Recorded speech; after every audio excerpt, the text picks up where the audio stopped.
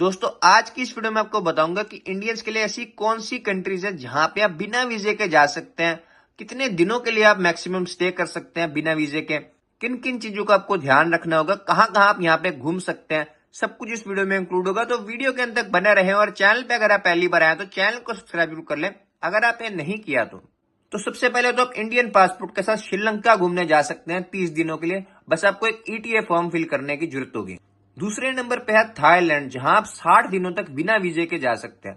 तीसरे नंबर पे है नेपाल, जहां पे स्टे ड्यूरेशन की कोई भी लिमिट नहीं है। चौथे नंबर पे है हांगकांग, जहां 14 दिनों तक बिना वीजे के आप रह सकते हैं, बस आपको एक पीएआर फॉर्म साथ लेके जाना।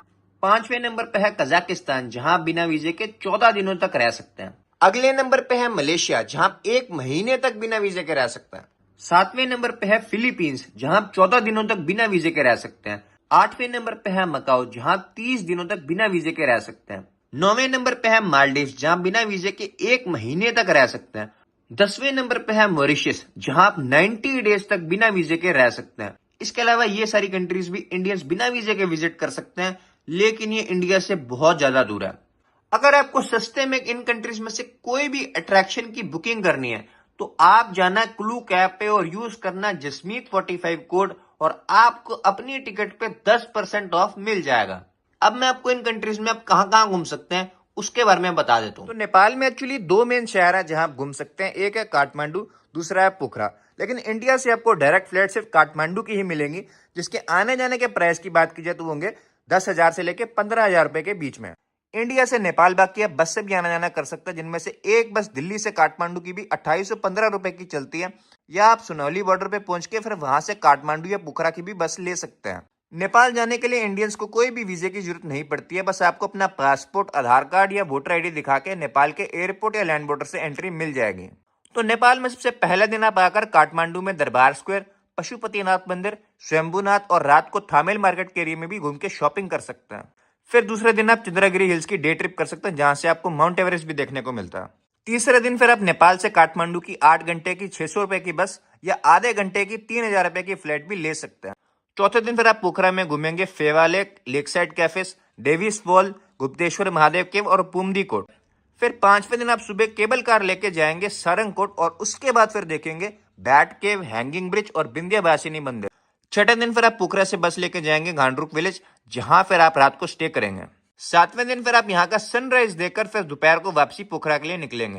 आठवें दिन फिर आप पोखरा के बागलुंग बस पार्क से मुक्तिनाथ की 8 घंटे की 1500 नेपाली रुपए की बस ले सकते हैं और फिर वहां दर्शन करके 9वें दिन पोखरा वापसी और लास्ट 10वें दिन फिर आप इंडिया की वापसी कर सकते हैं। नेपाल की करेंसी की बात करूं तो अभी के टाइम के हिसाब से आपको 1 इंडियन रुपए देके 1.6 नेपाली रुपए मिलते हैं। इंडियन रेस्टोरेंट्स भी आपको नेपाल में जगह जगह पे मिल जाएंगे और हॉस्टल्स आपको यहाँ 400 से 700 रुपए और रूम्स आपको 600 से 2,000 रुपए की रेंज में भी काफी अच्छे मिल जाएंगे। तो चलिए मैं आपको यहाँ की सारी जगह एक एक करके अच्छे से दिखा देता हूँ। काठमांडू में बाकी लोकली घूमने की बात करें तो आप बस वगैरह भी ले सकते हैं, लोकल बस।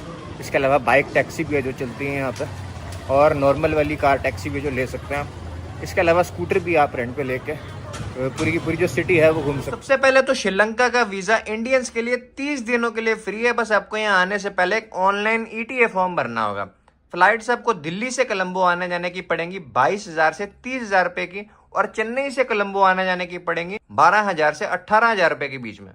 तो सबसे पहले दिन तो आप इंडिया से फ्लाइट लेके पहुंचेंगे कोलंबो और फिर वहां से जाएंगे डाम्बुला। दूसरे दिन आप यहाँ देखेंगे सिगिरिया फोर्ट, डाम्बुला केव टेम्पल और फिर वहां से कैंडी के लिए निकलेंगे। तीसरे दिन सबसे पहले आप जाएंगे अम्बुला वावा टावर, फिर वहां से जाएंगे पिनावाला एलिफेंट ऑर्फनेज और उसके बाद नुवारा एलिया के लिए निकलेंगे। चौथे दिन आप यहाँ देखेंगे सीता अमान मंदिर यानी अशोक वाटिका और ग्रेगरी लेक में बोटिंग भी करेंगे।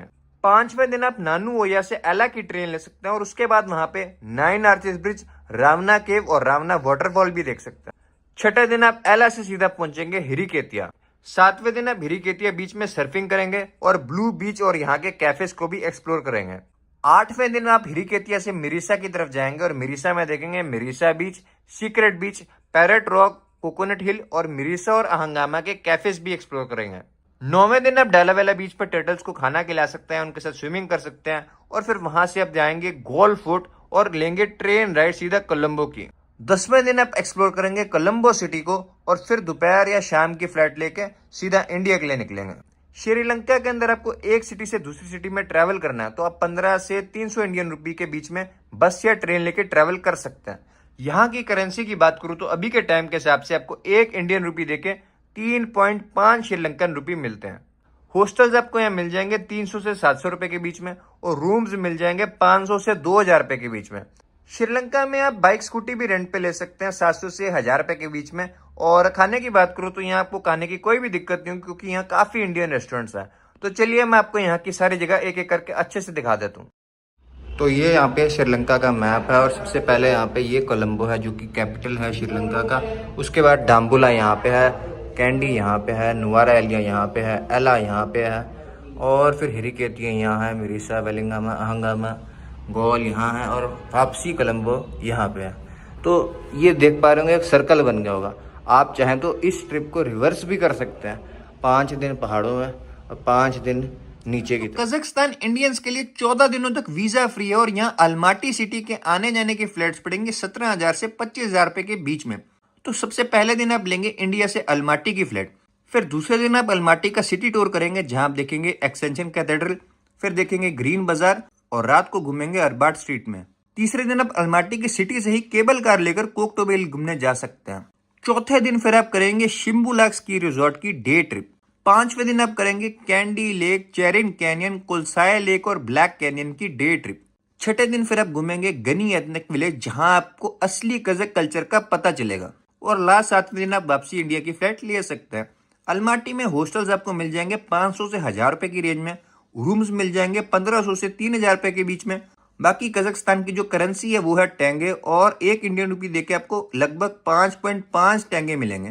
तो चलिए मैं आपको यहाँ की एक एक जगह अच्छे से दिखा दूँ। तो भाई अगर आपको कजाकिस्तान में ट्रैवल करना है तो यहाँ पे यांडेक्स को और 2GIS नाम से एक ऐप है वो डाउनलोड कर लें। बस में अगर आपको ट्रैवल करना है तो वैसे तो कैश एक्सेप्ट हो जाता है बस में, लेकिन अगर आप एक ओने कार्ड ले लेंगे ना तो उससे आप थोड़ा और सस्ते में ट्रैवल कर सकेंगे। तो अगर आप अलमाटी आते हैं तो आप BeeLine या Tele2 का सिम ले सकते हैं। ये वाला सिम मेरे को पड़ा 700 रुपए। हांगकांग की आपको इंडिया से 6 घंटे की डायरेक्ट फ्लाइट भी मिल जाएगी और आप यहाँ 25,000 से लेकर 40,000 के बीच में आना जाना के फ्लाइट ले सकते हैं। तो अगर आप हांगकांग 7 दिन के लिए घूमने आ रहे हैं तो सबसे पहले दिन आप स्टार फेरी लेके दूसरे आइलैंड पे देखने जा सकते हैं, विक्टोरिया पिक, कॉजवे बे और विक्टोरिया हार्बर। और फिर शाम को एवेन्यू ऑफ स्टार्स में सिम्फनी ऑफ लाइट शो भी देख सकते हैं। उसके बाद आप दूसरे दिन कर सकते हैं डिज्नीलैंड की डे ट्रिप। तीसरे दिन फिर सबसे पहले तो आप कोलून पार्क देख सकते हैं, उसके बाद मोंगकोक एरिया में शॉपिंग कर सकते हैं और रात को टेंपल स्ट्रीट नाइट मार्केट भी देख सकते हैं। चौथे दिन फिर आप जा सकते हैं ओशन पार्क जो कि एनिमल थीम पे बनाया हुआ एक अम्यूजमेंट पार्क है। 5वें दिन फिर आप बिग बुद्धा देखने लंटाओ आइलैंड जा सकते हैं, सबसे ऊपर पहुंचने के लिए आपको केबल कार लेनी पड़ेगी। फिर छठे और 7वें दिन आप हांगकांग से मकाओ बाय फेरी या बस लेके आना जाना कर सकते हैं, जहां पे आपको Wynn Palace, the Parisian, the Venetian, the Londoner, Fisherman's वाव, पांडा पवेलियन जैसी 10 से भी ज्यादा जगह फ्री में देखने को मिल जाएंगे।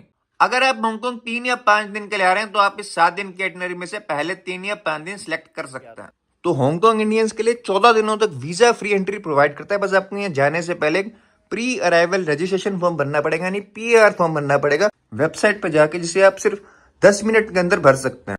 PR का फॉर्म आपको प्रिंट निकलवा के ही एयरपोर्ट पे जाना होगा। सिर्फ फोन पे उन्हें ये फॉर्म दिखा के वो आपको हांगकांग के अंदर एंट्री नहीं देंगे। यहाँ की करेंसी की बात करूं तो अभी के टाइम के हिसाब से आपको 11.3 इंडियन रुपी देके 1 हांगकांग डॉलर मिलेगा। इंडियन रेस्टोरेंट्स भी आपको जगह जगह पे मिल जाएंगे और होटल्स आपको 1000 से 2000 के बीच में डॉर्मेट्री और 3 से 5000 रुपए में रूम मिल जाएगा ऑफ सीजन के टाइम। तो चलिए अब मैं आपको यहाँ की एक एक जगह अच्छे से दिखा देता हूँ। तो गैस ये मैंने यहाँ का सिम लिया, ये 78 हांगकांग डॉलर का है और इसके अंदर अगर आप हांगकांग में यूज़ करेंगे तो 35 GB और अगर आप मकाओ में यूज़ करेंगे तो 3500 MB मिलेंगे। बाकी अगर आपको सिर्फ हांगकांग को चाहिए तो सिर्फ हांगकांग का भी मिल जाएगा और सिर्फ मकाओ का चाहिए तो मकाओ का भी मिल जाएगा यहाँ। तो बस में पेमेंट आप क्रेडिट कार्ड से भी कर सकते हैं और ऑक्टोपस कार्ड से भी कर सकते हैं और कॉइन से भी कर सकते हैं। अगर आपके पास नोट पड़े हैं तो ये चेंज वगैरह नहीं देंगे और जहाँ पे भी आपको जाना है ना उन सबके रेट आपको मिल जाएंगे यहाँ पर। ये यहाँ की जो डबल डेकर बस है वो अंदर से ऐसे दिखती है। ये सारा इन्होंने सामान वगैरह रखने का एरिया बना रखा है और ये पीछे आप बैठ सकते हैं। जो स्टेशन आएगा वो यहाँ पे इंग्लिश में भी लिखा आएगा और चाइनीज में भी लिखा आएगा। तो दोस्तों मकाओ के अंदर इंडियंस के लिए 30 डेज की वीजा फ्री एंट्री और आप यहाँ फ्लाइट लेके भी सीधा मकाओ आ सकते हैं, या अगर आपको सस्ते में आना है तो आप हांगकांग एयरपोर्ट पहुंच के फिर वहां से फेरी या बस लेके भी मकाओ आ सकते हैं। मकाओ को एशिया का लास वेगस भी बोला जाता है और ये अपनी कसिनो इंडस्ट्री के लिए बहुत ज्यादा फेमस। यहाँ की जो घूमने की टॉप 10 जगह है वो सब आप बिल्कुल फ्री में 1 या 2 दिन में घूम सकते हैं। सबसे पहले है फिशरमैन्स वाव, फिर आप जा सकते हैं Wynn Palace, the Parisian, Londoner, Venetian, Studio City, Panda Pavilion, Senado Square, और आप मकाओ म्यूजियम और रूइंस ऑफ सेंट पॉल भी जा सकते हैं। यहाँ की जो करेंसी है वो है पटाका और ये हांगकांग के डॉलर जितनी ऑलमोस्ट है, और आप यहाँ चाहे तो हांगकांग के डॉलर भी चला सकते हैं। बाकी अगर आप मकाओ में एक जगह से दूसरी जगह जाना चाहते हैं तो आपको यहाँ फ्री कसिनो शटल बसेस भी मिल जाएंगी। इसके अलावा यहाँ पे पब्लिक बसेस भी चलती हैं जिसकी आपको 6 पटाखा के 4 देने पड़ेंगे। आप अगर बाकी यहाँ पे 1 या 2 दिन के लिए आ रहे हैं तो आप यहाँ का सिम ना ही लें, आपको यहाँ पे जगह जगह पे फ्री वाईफाई भी मिल जाएंगे। तो जैसे ही आप मकाओ के टाइपा पोर्ट पे आएंगे तो आपको यहाँ से 10 मिनट्स वॉक पे फिशरमैन्स वाव दिख जाएगा। तो अगर आप मकाओ आ रहे हो और कोई वेजिटेरियन इंडियन रेस्टोरेंट ढूंढ रहे हैं तो आप यहाँ आ जाना। वुडलैंड्स वेजिटेरियन फेवरेट्स हैं 1981। तो बहुत सी आपको वैरायटी यहाँ पे मिल जाएगी खाने पीने की। और मैं खा रहा हूँ यहाँ पे वेजिटेरियन बिरयानी, वेजिटेबल बिरयानी। इनकी वेबसाइट पे जाके बाकी डिटेल पता कर सकते हैं। ये मैं जिस होटल में ठहरा हूँ उसके प्राइस लिखे हुए, अभी के टाइम के प्राइस है